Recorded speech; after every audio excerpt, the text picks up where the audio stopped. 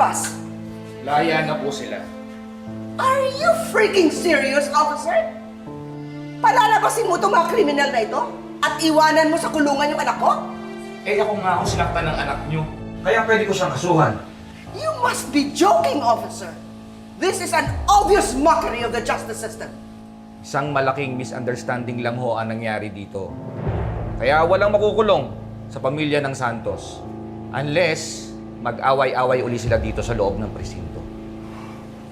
Dok, pwede na po kayong umalis. Salamat. Hindi pa tayo tapos, officer. Hindi pa tayo tapos. O, tingnan nyo kayo talaga, hindi kayo nakikinig eh. Sinabi na nga okay na, laya na kami, alis na kami. But she attacked my daughter. We, yung anak mo ang nauna eh. Pinatid niya si Lynette. Chang, tama na po. Tama na po. Mas hindi tayo makakalabas dito kung mag-aaway lang po kayo. Annaline's right. Let's just go home and put this all behind us. Really? Ang ibig mong sabihin? Isasantabi nyo na lang ang paglalapastangan nila sa puntod ng anak ko? Let's go. Let's go. Tara. It's the mockery of our justice. Chang. Madam, okay lang po ba kayo?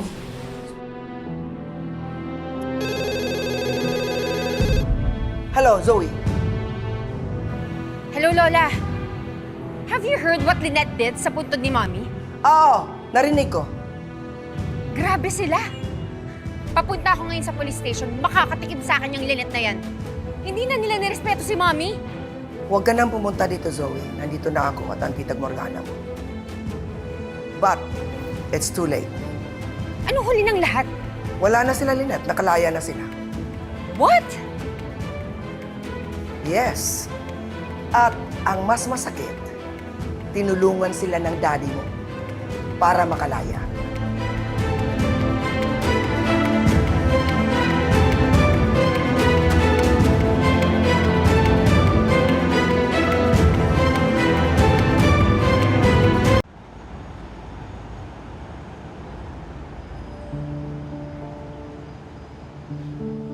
Dok Zoe, pasok po kayo. Thank you. Thank you. Tatawagin ko lang si Madam Morgana. Dali lang. Salamat. Zoe, ano bang ginagawa natin dito sa bahay ng lola mo? Nilipat kasi nila yung bangkay ni Mommy. Gusto ko malaman kung saan nila nilipat. Ayaw naman nila sa akin sabihin over the phone kasi baka daw nagpapanggap ako na ako si Zoe. Well, sa bagay. With the latest technology now, anyone can be anyone. Madali na lang magpanggap. Nako, Gilbert, sa'yo na itong burger na to ayokong kainin. May kamatis eh. Oh, Madam, hindi kayo kumakain ng kamatis. Masustansya po yan. Ayoko nga, parang texture ng eggplant. Hindi rin kayo kumakain ng talong. I hate eggplant.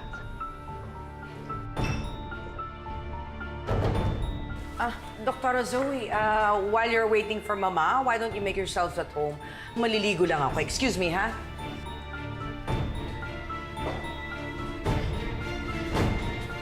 Justin, I think Morgana is really my mom. Ano ba, Zoe? Paulit-ulit mo lang sinasabi sa akin yan. No, this time sigurado ako. Yung kamatis na sinabi niya kanina, sinabi rin ni Mommy yun. No tomatoes. Sarap-sarap kaya ng kamatis. Eh, ayoko nga ng kamatis sa burger. Kadiri yung texture. It's like I'm eating an eggplant. And you know I hate eggplants.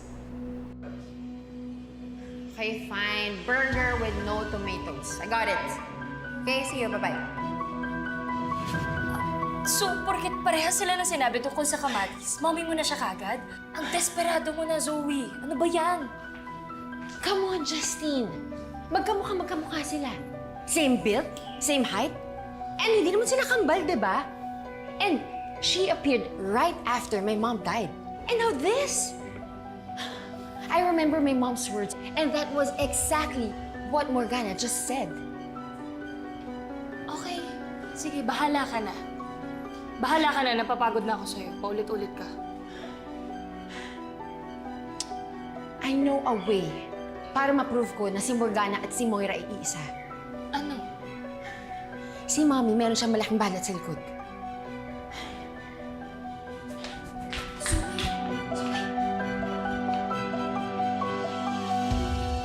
Zoe.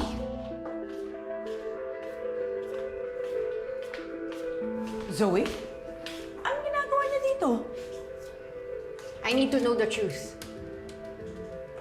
There are many truths, Zoe. The sun rises in the east, chocolates are to die for. Ano bang truth ang kailangan mong malaman? The truth about my mom. The truth about you. Zoe, we've been through this before. I am not your mother. Then prove it. What? Show me your back. May balat si Mommy sa likod. Show me that you don't have the same birthmark as hers. I don't need to show you anything now. Please leave kasi iniistorbo mo ako. I mean, show me your back. Halika, Zoe! Ito yung Justine! Tulungan mo ako, dali! Justine! Stop that! Justine, hawakan mo siya! Justine, tigilan niyo na yan! Nasaan na yun? Ano? Ano ba? Pwede ba? Tigilan niyo na to? Ang bastos mo rin, no? What's going on here? Naku, Mama, itong apo nyo, pilit akong binabastos just to prove that I am her mother. Zoe, hindi ba napag-usapan na natin to? Pero narinig ko siya kanina eh. Pareho sila ng words ni Mommy. The way she described why she doesn't eat tomatoes and eggplant. At dahil lang doon, aakyatin mo ako rito para bastusin? Come on. I'm sorry, I just wanted to know the truth. The truth is, Zoe, you're not thinking straight. Kaya pwede ba umalis ka na lang dahil baka kung ano pang magawa ko sa'yo or kung ano pang magawa mo sa akin. Zoe, come on. Just leave. Let's go.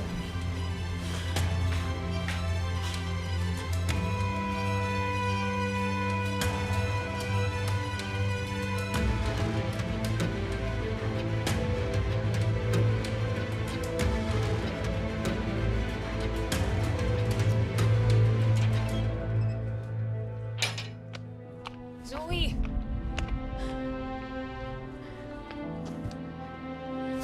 I was so sure when I took off that rope off of her. Bakit ganun? Bakit wala yung balat niya? Maybe because hindi siya talaga yung mommy mo.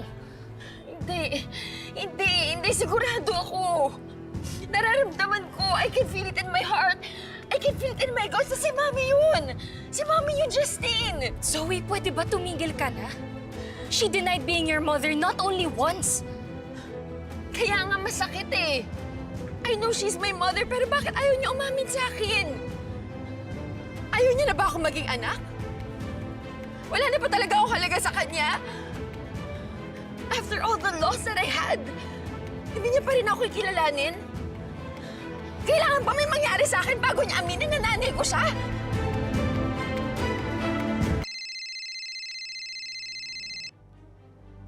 Apo, Madam? Madam, may nangyari po kay Zoe. Justin? Bakit? Anong nangyari kay Zoe? Nabangga po yung kotse niya eh. Tumama yung ulo niya. Ngayon wala po siyang malay.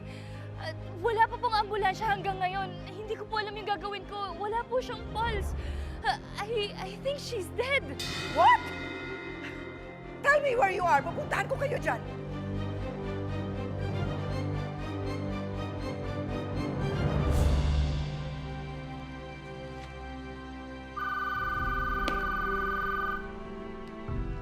Hello, Mama. Moira! Moira! Na-aksidente ang anak mo!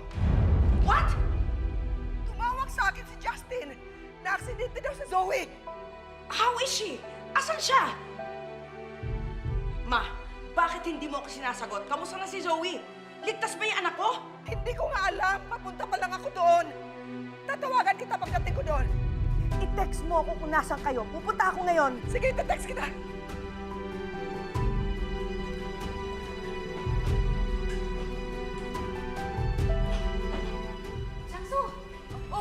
Doc Annalyn po. Ay, wala. Hindi namin alam kung saan nagpunta at kung kailan babalik. Bakit? Eh, si Madam Chantal po kasi nakita namin nagmamadaling umalis. Oo Umalis. Umalis? Hindi ako hinanap. Umalis. Iniwan ako. Ano? Butata ka ngayon, ano? Ano? Ay!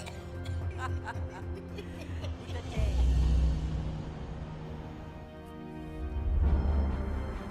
Ma'am Giselle, ito na po yata yung bahay ni Madam Chantal. Oo nga, no. Hintayin natin siyang lumabas.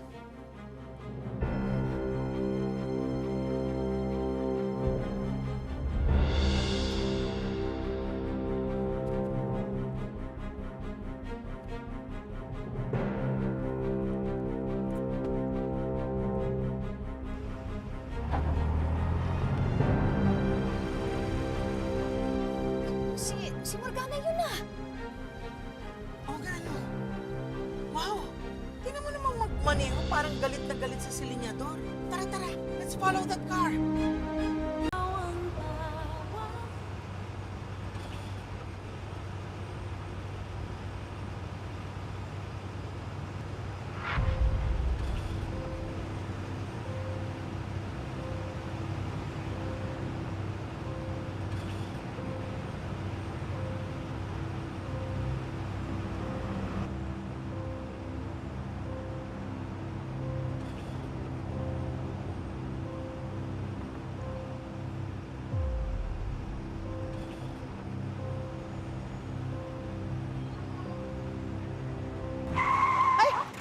Kuya, ano nangyari?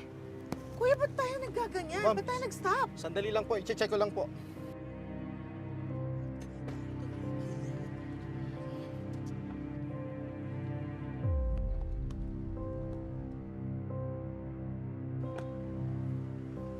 Ano nangyari? Ma'am, naplag po yung kaliwang gulong natin sa likod. Magpapalit lang po ako ng spare tire.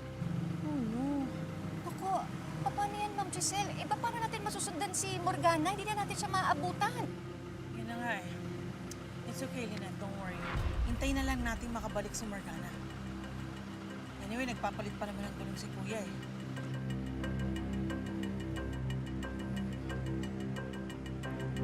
Ano ba ginagawa niyo? Tumawag kayo ng ambulansya! Zoe! Tumawag kayo ng ambulansya! Nasaan na ba?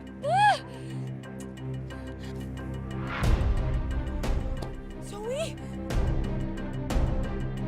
Tumawag kayo ng ambulansya! Tulungan niyo kami! Oh my God! Oh my God, Zoe! Tumawag kayo ng ambulansya! Zoe! Zoe! No, no, no, no, no, no, no, please, no, no, please, please, you can't. Zoe, Zoe, no, no. Zoe, no, no, no, you can't die. Please, please, please. No, no, no, no. Tawag kayo ng ambulansya, please! No, no, no.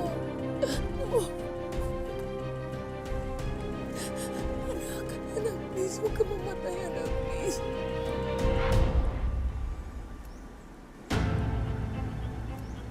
I knew it. Mommy, I knew it. Mommy, you're alive. You're alive.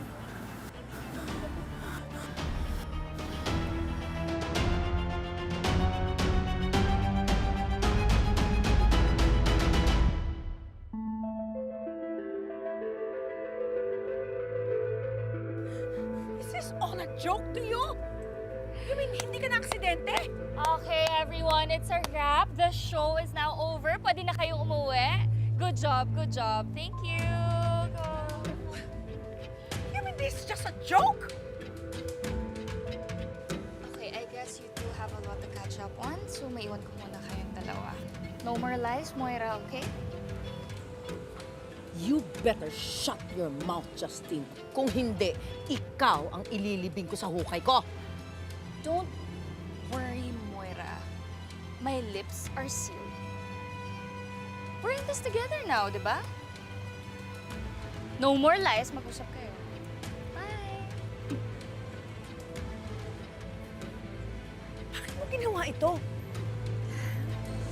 Ayaw mo kasi umamin sa akin na buhay ka eh. So I had to make a way para paaminin ka. Pero Mommy, Mami, buhay ka. Buhay ka. Oh,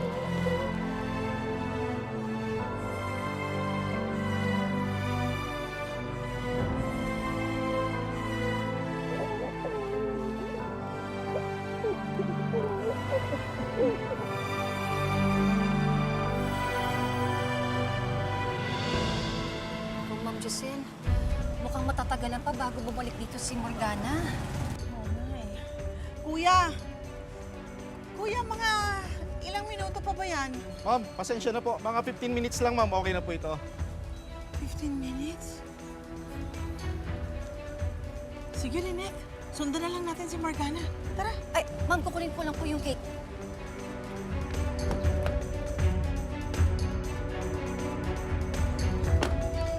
Halika na po, ma'am.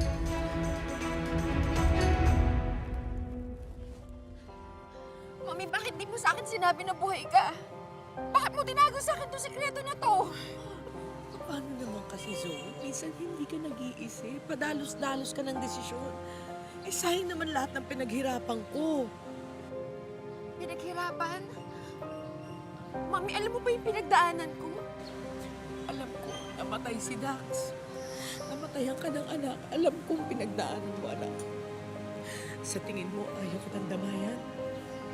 Ayaw kitang tulungan? You're my daughter. Siyempre, masakit sa akin na nakikita kang nag-iisa when you need your mother the most.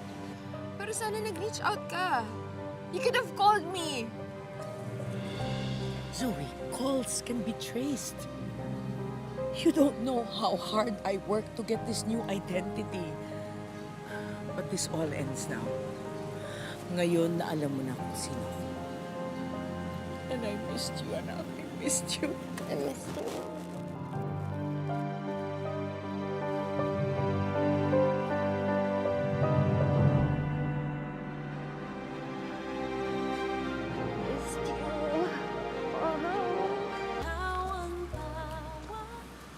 Justine? Huh? Tita Lynette? Ano pong ginagawa niyo dito? We were following Morgana, but you, what are you doing here? Nakipagkita ako kay Morgana. Ikaw? Nakipagkita kay Morgana? Dito? Anong pinag-usapan ninyo? Gusto ko sanang sabihin sa'yo, kaya lang ayoko. Huwag na lang. You know what? We're just wasting time here, Lynette. Let's go. Teka! Wala dyan si Morgana! Mami, nandito si Tita Giselle at si Lynette. Hindi nila tayo pwedeng makita dito. Pagdududahan tayo ng mga yon.